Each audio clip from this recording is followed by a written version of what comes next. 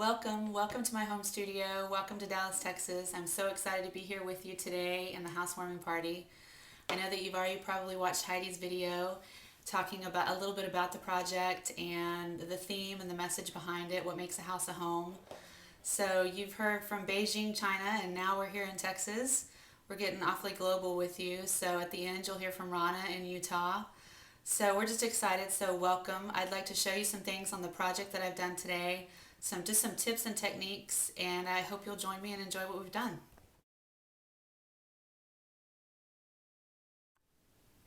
Okay, so now I want to share with you some of the pages on the actual inside of the book and just show you a few things that I've done that you can do with your book.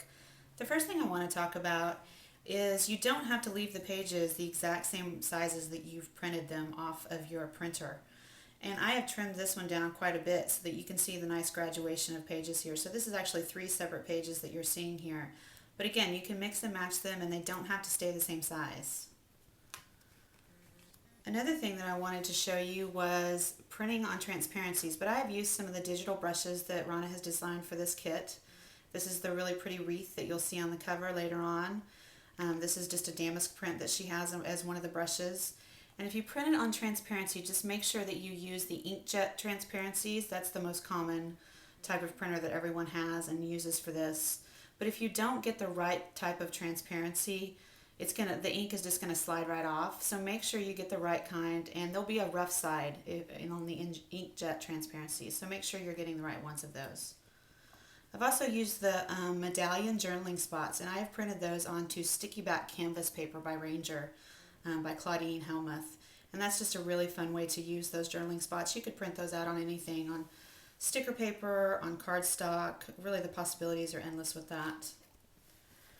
And then the last page that I want to talk to you about is, again, I've printed on transparency here for my clock, but then for the mirror here, I've used some of the Doris mirror paper, and you can get those at Joann's and most craft stores.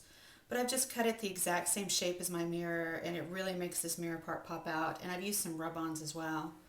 So those are just some of the tips and things that I've done on some of my pages. So let's get to work on the cover now.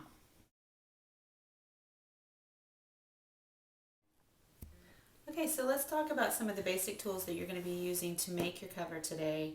Again, just some crystals and things like that that I've used for the spine of the book.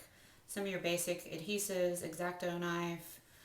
Crocodile, you can't really make anything without your crocodile, some foam sheet, and some black foam core. So let's go ahead and assemble.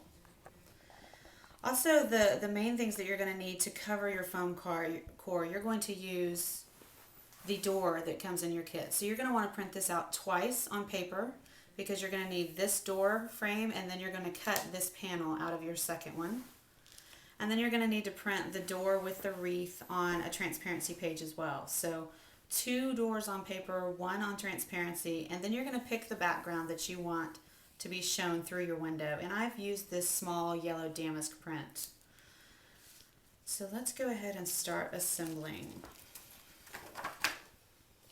Again, you're going to cut this panel out of your first door, and you're going to set that aside. We'll use that here in a second. And you're going to trim this piece out because you're not going to need this at all. So you can set this aside. This will be great for a journaling card as an embellishment inside your book. So save that piece so that you can use it later on in your book. Once you have trimmed your door down and cut your window out with your X-Acto knife, you're going to cut a piece of black foam core. And just use this as your template, and you're just going to want to cut a little bit smaller on the black foam core than your actual door because you don't want to see that edge on the inside. So cut just a little bit down from that. And you're going to want to, again, use this as your template. So I have one here that I've cut out with my X-Acto knife. It doesn't have to be pretty because you're not going to see this.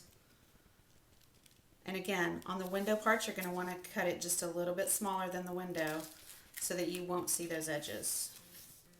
And I'm probably not going to be as exact as I should be if I was really working on my project, but I want to just show you the concept of the technique. So you're going to go ahead and adhere that down. And now before you put your background on, you're going to want to use your 1/16 hole punch and punch a hole right here in this white part. And I've already done it on this one, as you can see here. There's a small hole, and that's going to be for your jump ring where your wreath will dangle from. So one small hole needs to be punched here in the white part. And as you can see, I didn't go all the way down so that you can punch your hole there. And then you're going to want to place your background.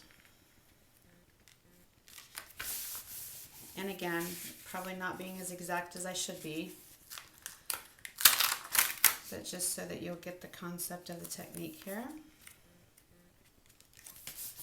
So you're going to want to use your brayer and some really good adhesive and make sure it's all stuck down and adhered really well in the way that you want it. And then our next step is going to be to take our foam sheet. And again, I've got this at Hobby Lobby. It comes in like 30 different colors. This one's the black, the 3mm foam sheet.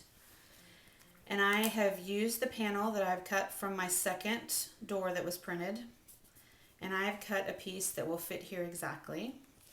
And we are going to adhere that one down. And basically what it does, it just gives you a raised panel and makes your door a little bit more 3D. So we're going to adhere this down all over the top of it.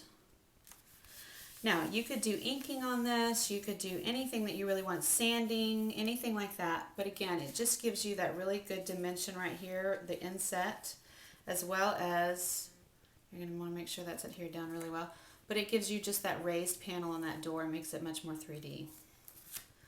Now, once you have all of that adhered down, we're going to work on the wreath for our door. And again, this was cut from a transparency.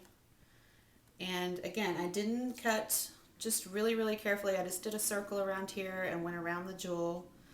And then used my 1/16 hole punch again. Punched a hole in the top here for my jump ring. And that's going to match up to this hole right here. And I used a jump ring. Now, I do want to show you the jump rings that I've used here. I have used a jeweler jump ring, which is much, much smaller than the normal size jump ring that would normally come in like a chandelier crystal package. These you can get at any craft store, Hobby Lobby, Michael's, Joann's. They're just really small jump rings. So that is what I have used, and I'm not going to bore you and open this up and watch me thread all this through. Basically, you're just going to thread it through these two holes, and this is where this is going to dangle from.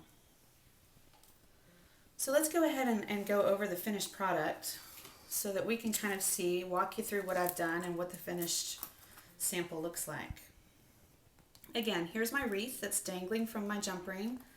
And if you can see the jump ring up here at the top, and it is dangling just from this window frame right here. I've added a little bit of bling around the outside, a glass button with one more crystal on top of that, and I just got those at the craft store as well. And then the other two things that I have added to complete my cover were a nameplate from 7 Gypsies with some brads, and I just used pop dots underneath that to attach it so that I didn't have to put my brads through. And then a doorknob here, and these are really fun. These are from 7 Gypsies, and they had a yellow one that fit perfectly with my theme, but you use your crocodile, punch a hole all the way through, and then there's actual hardware that screws in. So it's a really nice doorknob and again, gives you the 3D effect because it really pops off there. I also sanded the edges of everything, used ink, the distress inks. I used the mustard color as well as some of the vintage photo around the edges here, sanded everything down to make it look a little bit more distressed.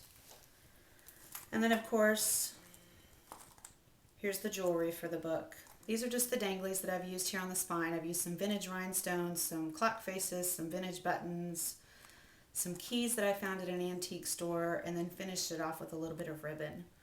So again, those are just kind of the icing on the cake. But this is what the finished cover should look like when you are finished. So I hope you've enjoyed the project. I hope that you will take the time to make it and make it a really special book for yourself. It was so much fun for us to create this and make it, and thank you so much for joining us at the housewarming party. We'll hope to see you back again soon. Thanks.